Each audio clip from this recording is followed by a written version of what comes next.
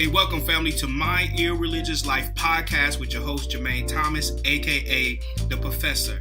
Deconstructing and deconverting from your faith is a very difficult journey.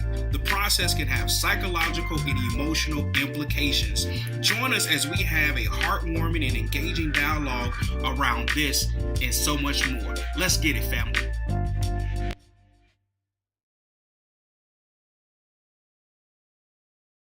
And the promotion of racial justice.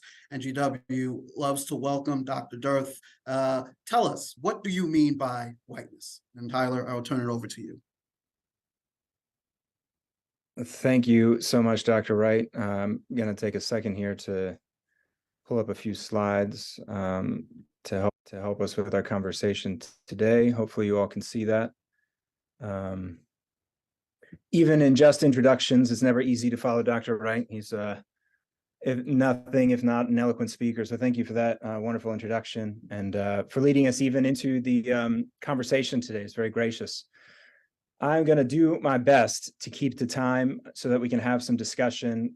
As has been mentioned a few times, please drop into the chat various sort of questions and comments, and hopefully we can make this as engaging and interactive as possible through the first few minutes here and certainly in the second half of our conversation today. And with that, why don't we jump in? So what do we mean by whiteness? I thought maybe we could start with the briefest of history lessons. There's not going to be enough time to really dive into a true history lesson, but let's try and set some context here as we start. Why did whiteness get created?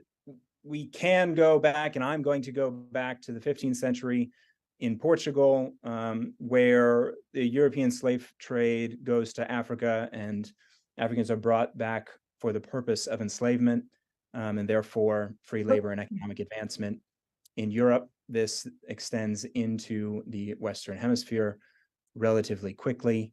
And the reason that this happens and why it took off so well, let's say, in Europe in particular, for establishing brutal enslavement was folks couldn't escape. It was much harder to go anywhere if they're coming from a different continent. That advantage really set itself apart, and the slave trade to Africa, between Africa and Europe, was established very quickly.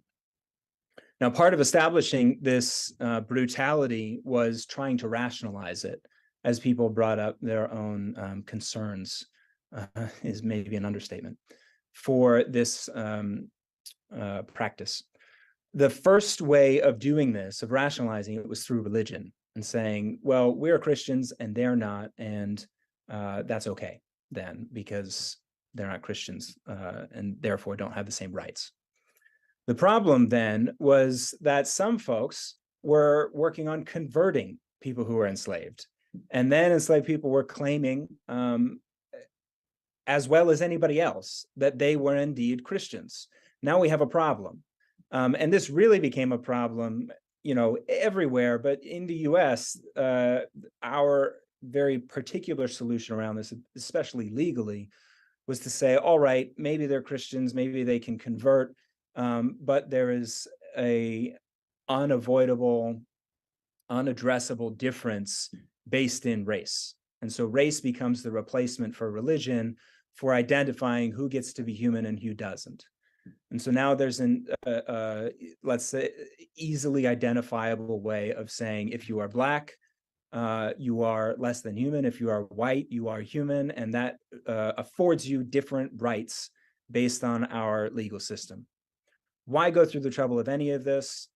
Well, it's always tied to, in some ways, the economy of our society, establishing and maintaining that economy to ensure that we have a perpetually enslaved underclass, affording not just free labor, but value in their bodies as goods, which launched the US in particular to the world stage in dramatic fashion. Part of the trouble as well, and why race and whiteness in particular is useful here, is that to maintain that kind of brutal oppression of so many people, because it wasn't just Black folks who were enslaved, or what became eventually indentured servitude for white Americans and Europeans, was to establish a deep-seated division so that there could not be collaboration of this underclass of folks to overthrow oppressors who are, let's face it, are greatly outnumbered. The way of doing that was saying that for white folks, that they have some element of ownership tied to whiteness that Black people don't. And if you are working with them, you might lose that advantage. And then where would you be? Creating that division allows for the maintenance of this kind of system. So just a quick sort of context on that history. Again, happy to answer some questions, but we're going to try and move quickly through here. So to return to the question, what is whiteness and what is it doing? There are three things that I want to cover very quickly here. Whiteness, as its definition, the methods, approaches, discourses, and practices that maintain and advance systemic white supremacy. In some ways, we could say, okay, great, talk over. Let's talk about it now. And there's plenty to talk about. But I'm going to try and do a little bit more for us today here. And also define for us white supremacy. I am stealing wholesale from Charles Mills here. I think he does a great job in defining it for us. I've pulled a couple of quotes here that I think are pretty clear. The first being that white supremacy is a system of domination by which white people have ruled historically and presently. He goes a little bit further to explain that system of domination is a political system, is a power structure of both formal and informal rule that has differential distribution of just about everything you can think of. Out of white supremacy and the activity that maintains it, that is whiteness, we have white privilege. Those are the unearned advantages and access to resources because of a person's appearance related to white skin. Some folks call this explicitly white skin privilege. Is doing the same thing there. So we've got three interrelated terms that are working to maintain a system of domination. Let's keep that in mind as we move through today. Just recently, a couple of researchers, Ozias and Pasque, wrote an article in a book, The Critical Praxis of Whiteness. They lay out 6 definitions of whiteness that you can look up the article. I think is relatively useful, even more than relatively. It's quite useful in trying to understand some of the inner workings of this. I'll run through this very quickly for you. They talk about whiteness as an ideology, so it's influencing our beliefs, discourse, that's our communications.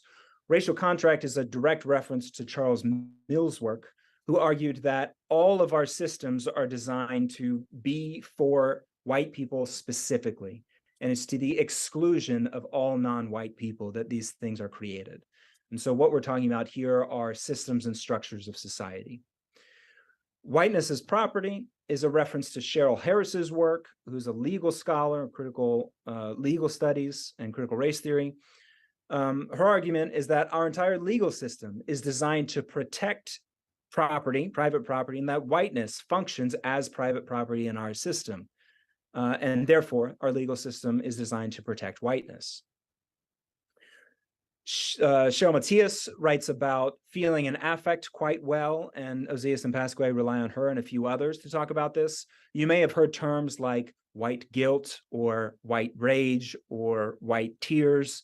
All of these are specific reactions, emotional reactions to needing to face your own personal or others' whiteness or racism in the moment. And so we talk about usually white people reacting in these immoral and undue ways that are trying to maintain their sense of self that's tied to the oppression of whiteness. Lastly, interactional and interlocking. This is just to identify that that white hegemony is one of many hegemonies and oppressions, and that it's not only intersecting, but as it's intersecting, is upholding the other oppressions, things based in gender and sex and religion and citizenship status and other things, right? We can add to the list. I'm 5 minutes in, and I've already given you these 6 definitions, as well as my own definition, and 3 other terms that are related to whiteness. And all of a sudden, we're starting to get very complicated and very academic, and it's hard to grab hold of these things. I want to pause for a second and just point out that this is actually a function of whiteness, is to make it very complicated to understand what it's doing, to cloud the clarity of this practice, to make it hard to identify, so that when you're talking to folks and they say, how am I upholding whiteness? It's hard to really locate your answer to that question. And therefore, it's easy to maintain the avoidance of what we need to actually face here. And so what I'm going to do is just pose the question again.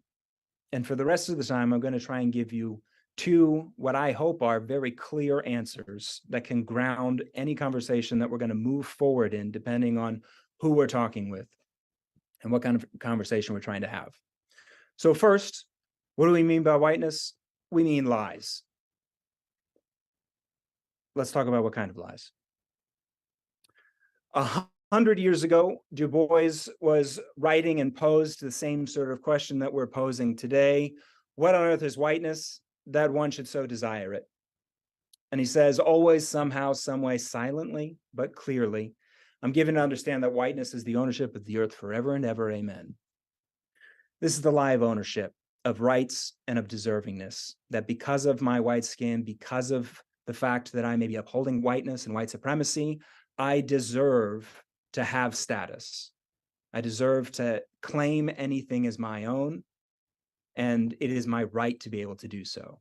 This is calling up, hopefully, some of that stuff we talked about with whiteness as property, and instituting a legal system that protects the advantage and ownership and right of anything I lay claim to as a person who is upholding whiteness, or who is advantaged and privileged by it, like myself, as a person with white skin.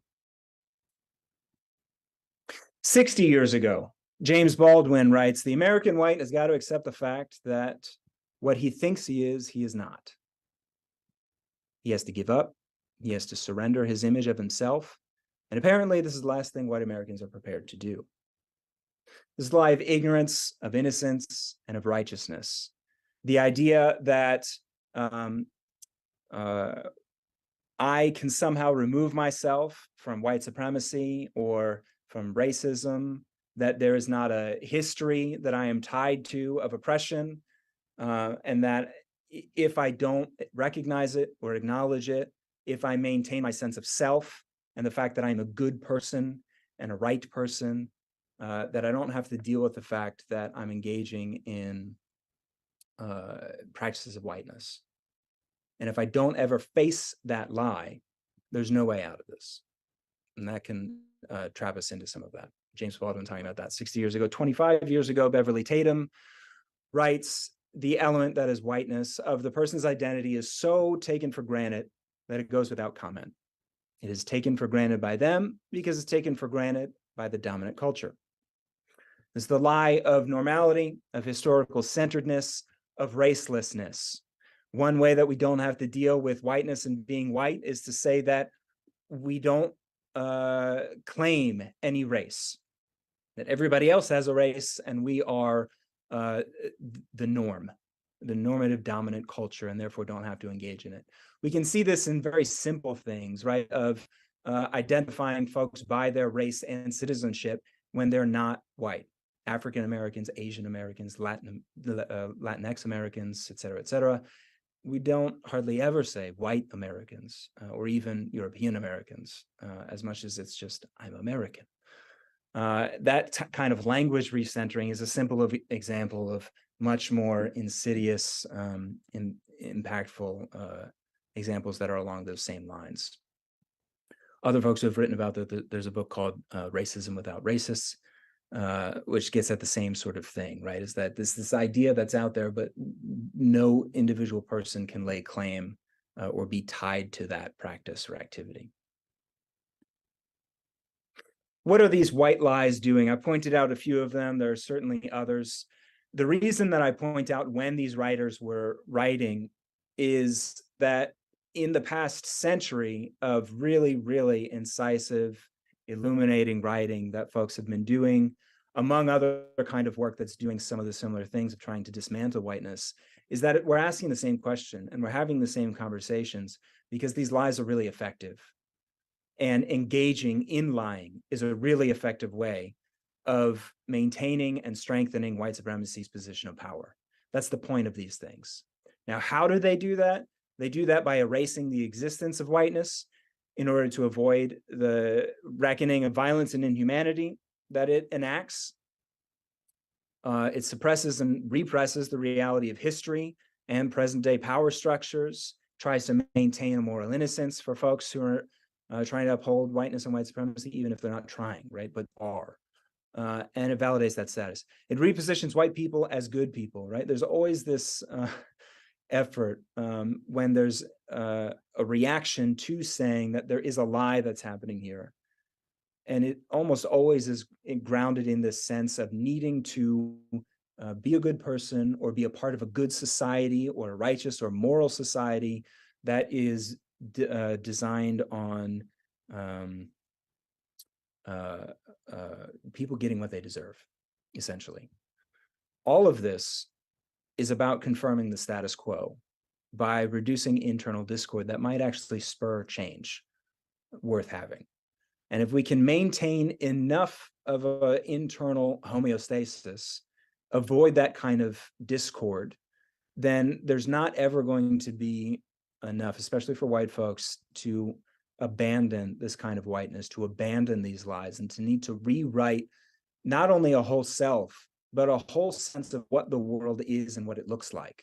That's how effective some of these lies are at maintaining the world that we've made. Second, we mean terror. So by whiteness, we mean lies and we mean terror.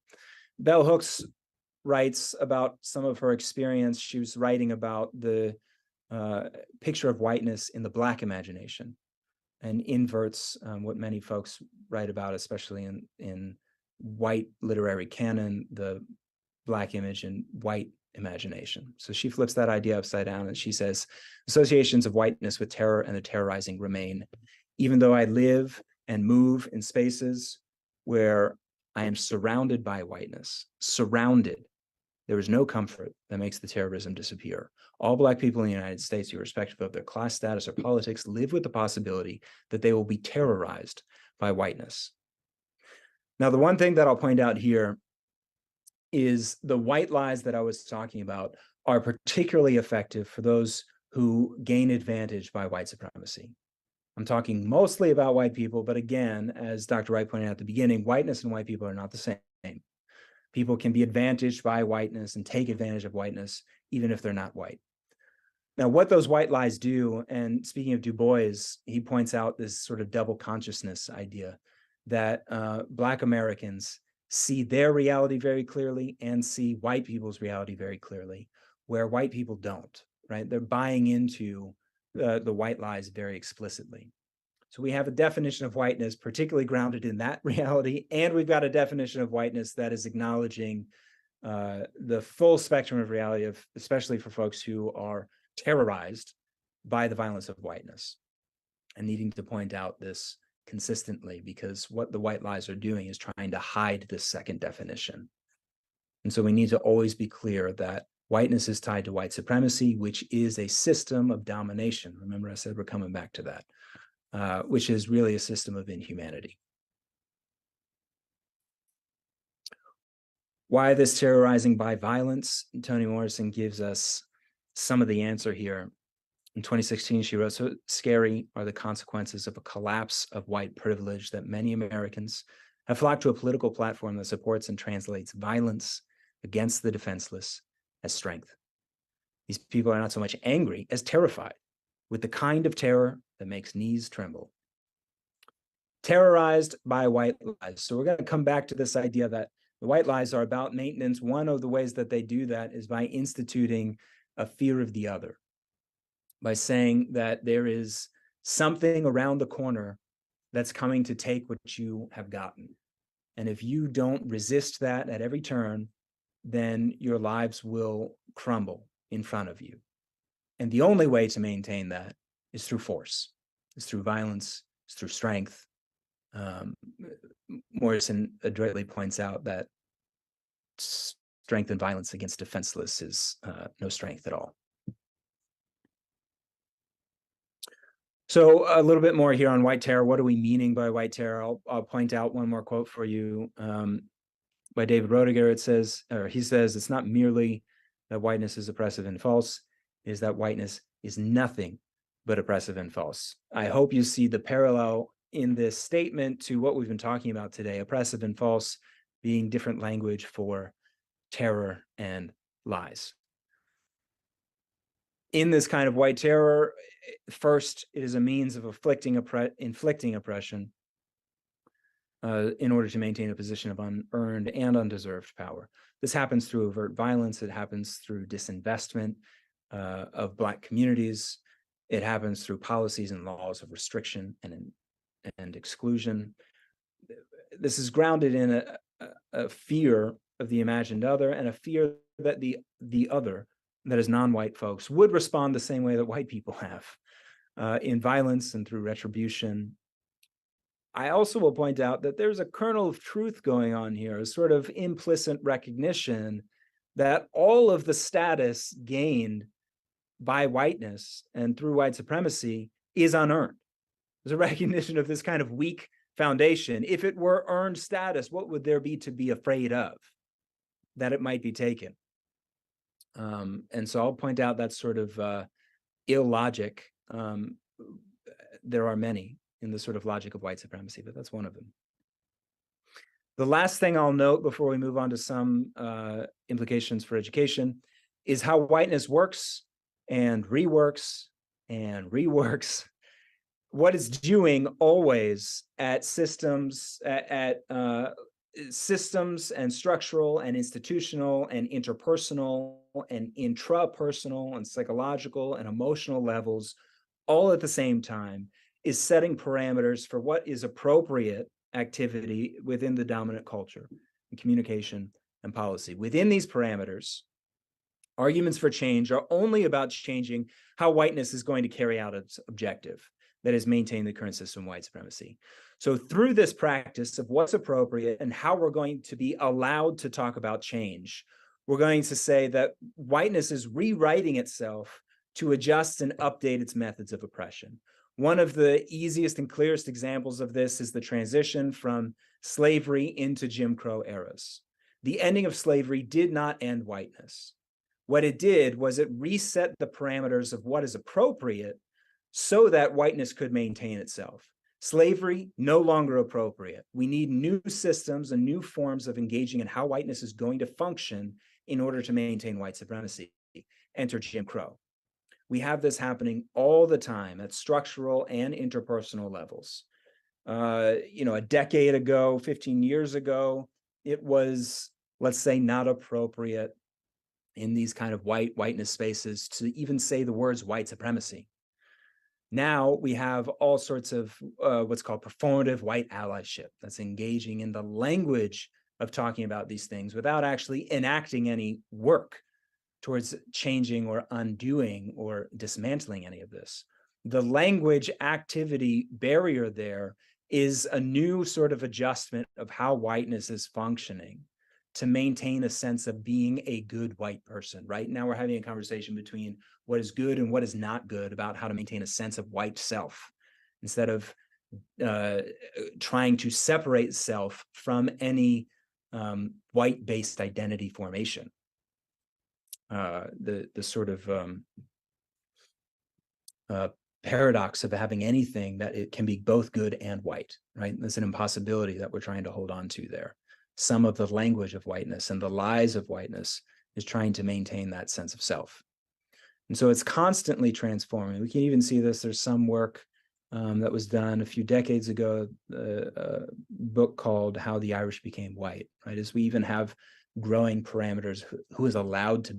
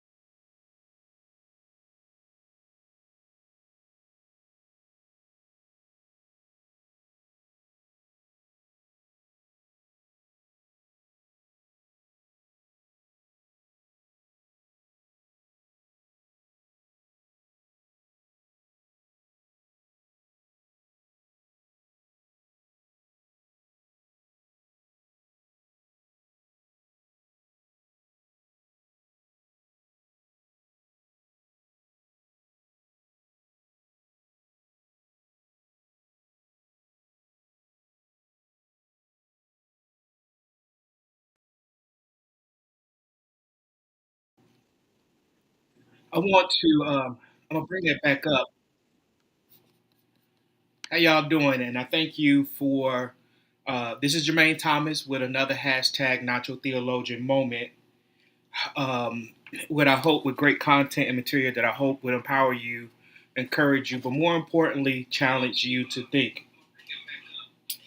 So sorry about that for moving it from the stream. If you were flowing in the thought, in the thinking, I just wanted to interject real quick, and I'm gonna go back to the video. Matter of fact, let me bring it back up into my stream.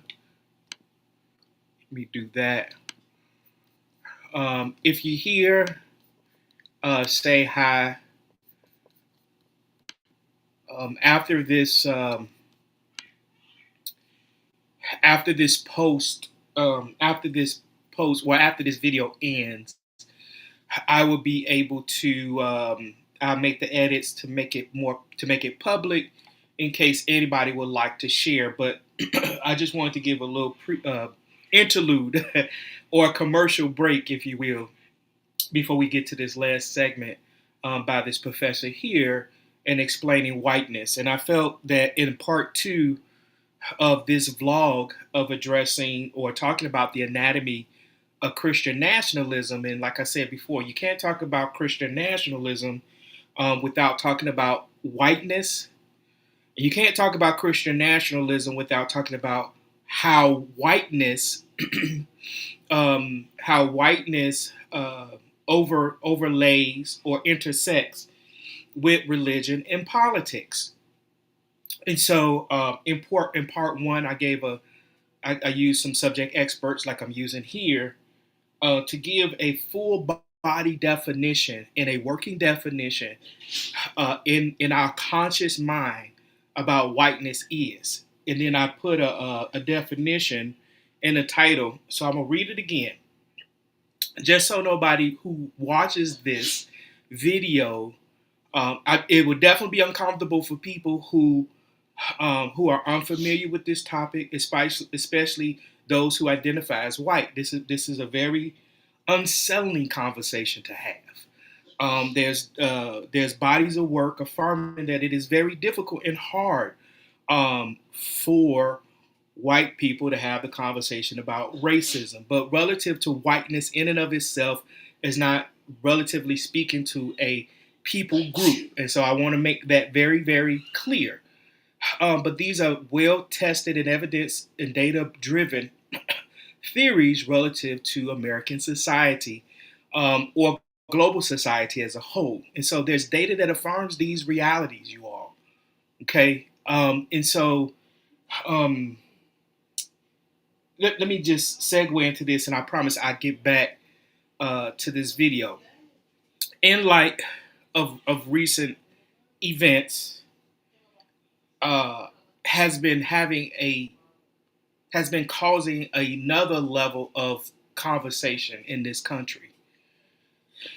And I come from a Christian culture, and I think I've been very transparent here and talking about my experience relative to that.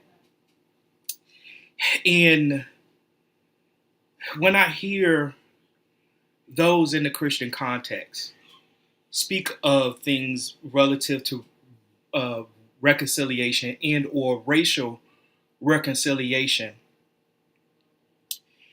the emphasis in or the work required to do that type of work toward racial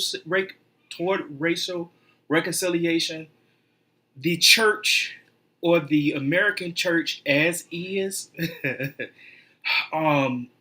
in or dominant voices within that circuit does not have the capacity, the competency, the bravery, and or the ability to really address racial reconciliation. So my advice to the church community at large, and those that have the effort and the heart to call for reconciliation and whatever that looks like, the advocacy and or evidence efforts proposed by evangelical communities toward racial reconciliation, there's no there's no efficacy. There's no evidence to their approach. I mean, if they approach toward reconciliation, in or toward being peacemakers was really that fucking effective, then we would be having this conversation, and that model will be used everywhere. It would be staple to how we address and deal with conflict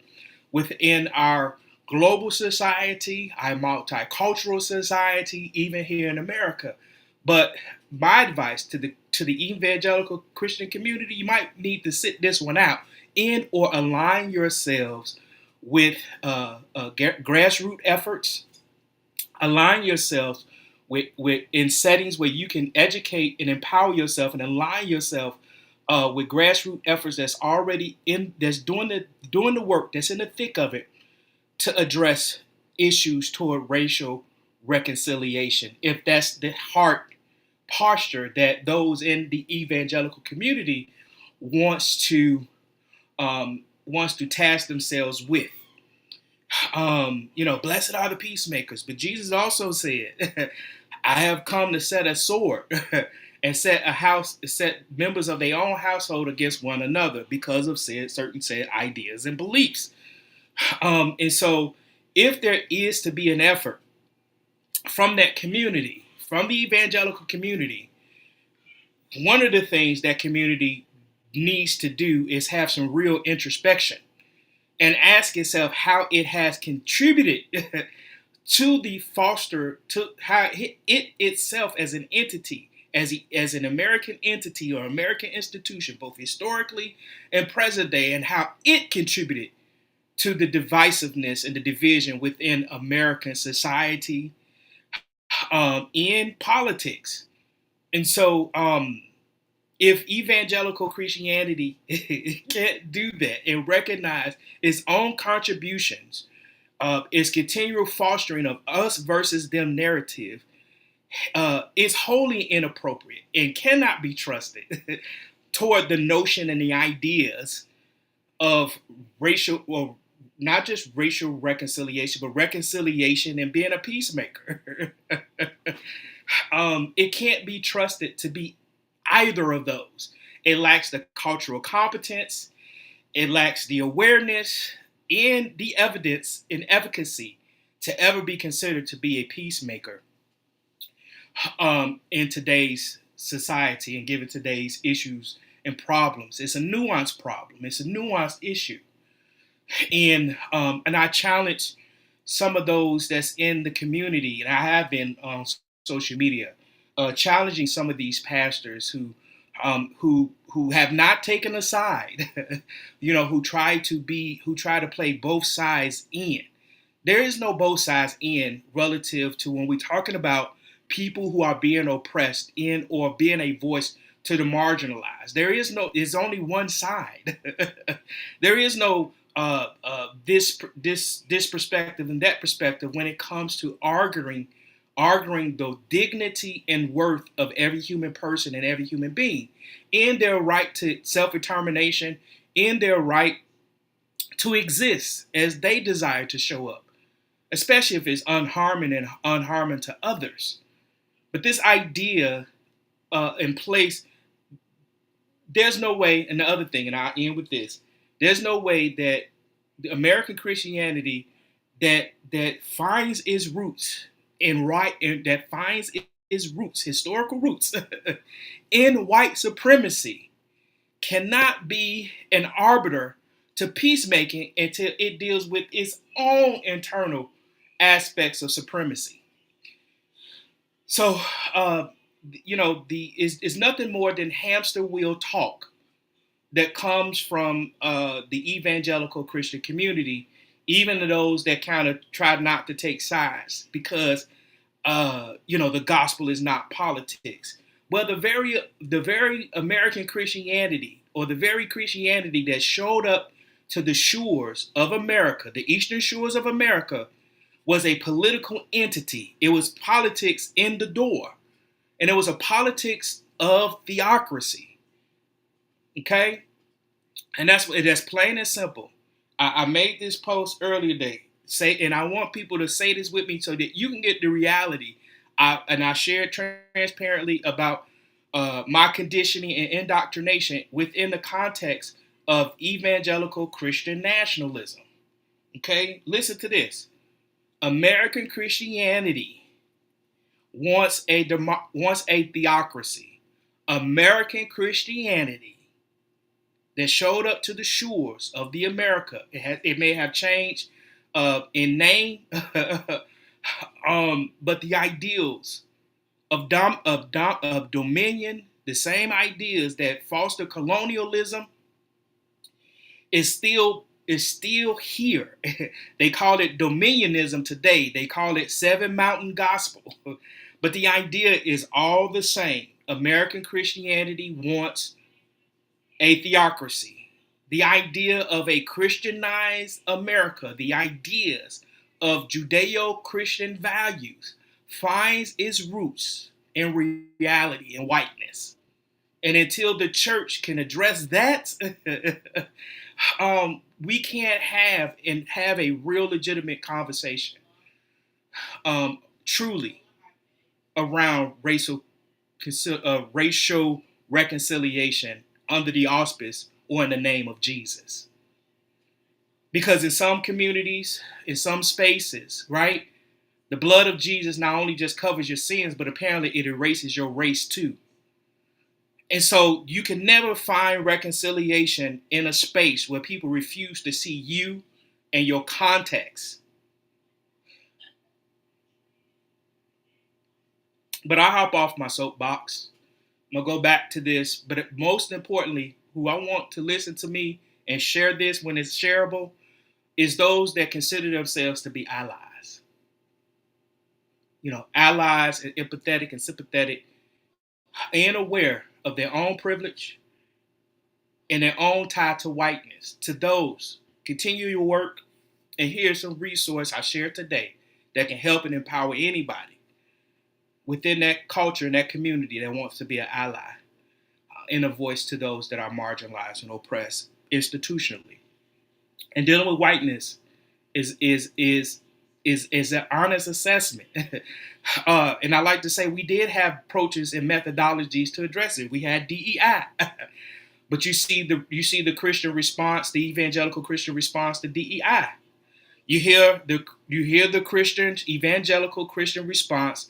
We have mechanisms to assess the pervasiveness of racism, to address the pervasiveness of systematic oppression. It's called critical race theory. But you hear the rage in the Christian communities against things like critical race theory. So we have the tools, the means, the methodologies. And I challenge the pastor with this.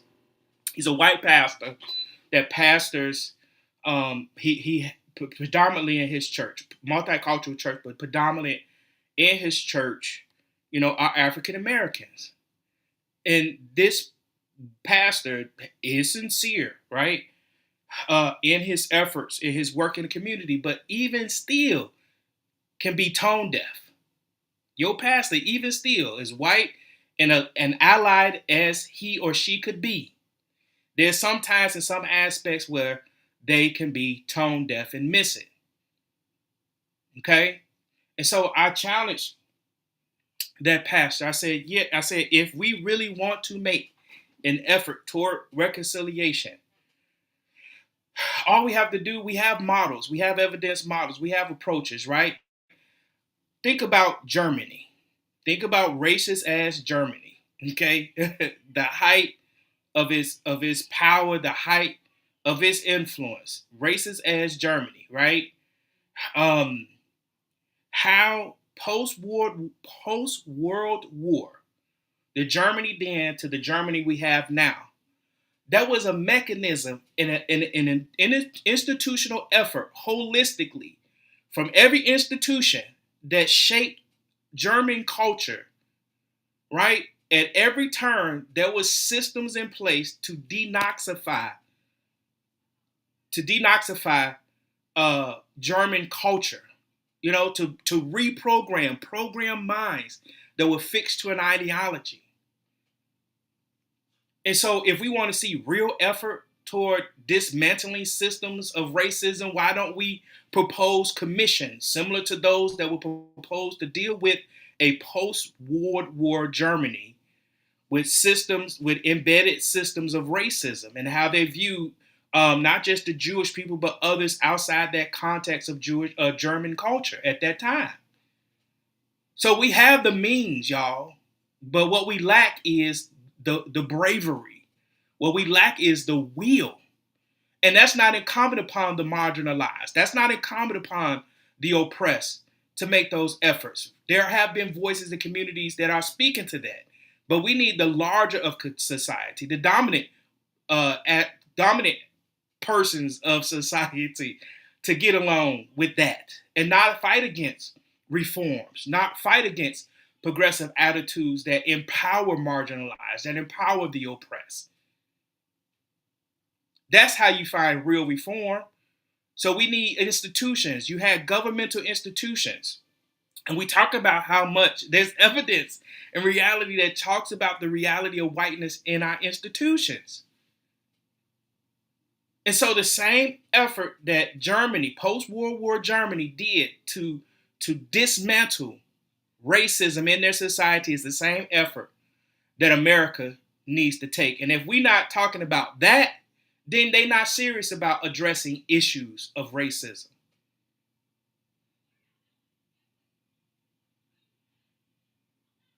So I digress. Get off my soapbox and I'm going to let this last part play out. All right. Again, I hope something I share here, my Irreligious Life podcast and vlog, that would empower you, encourage you, but more importantly, challenge you to think. God bless and see you next time. Once this ends, I'll be signing off from there. God bless you all. I hope you enjoy the rest of this segment.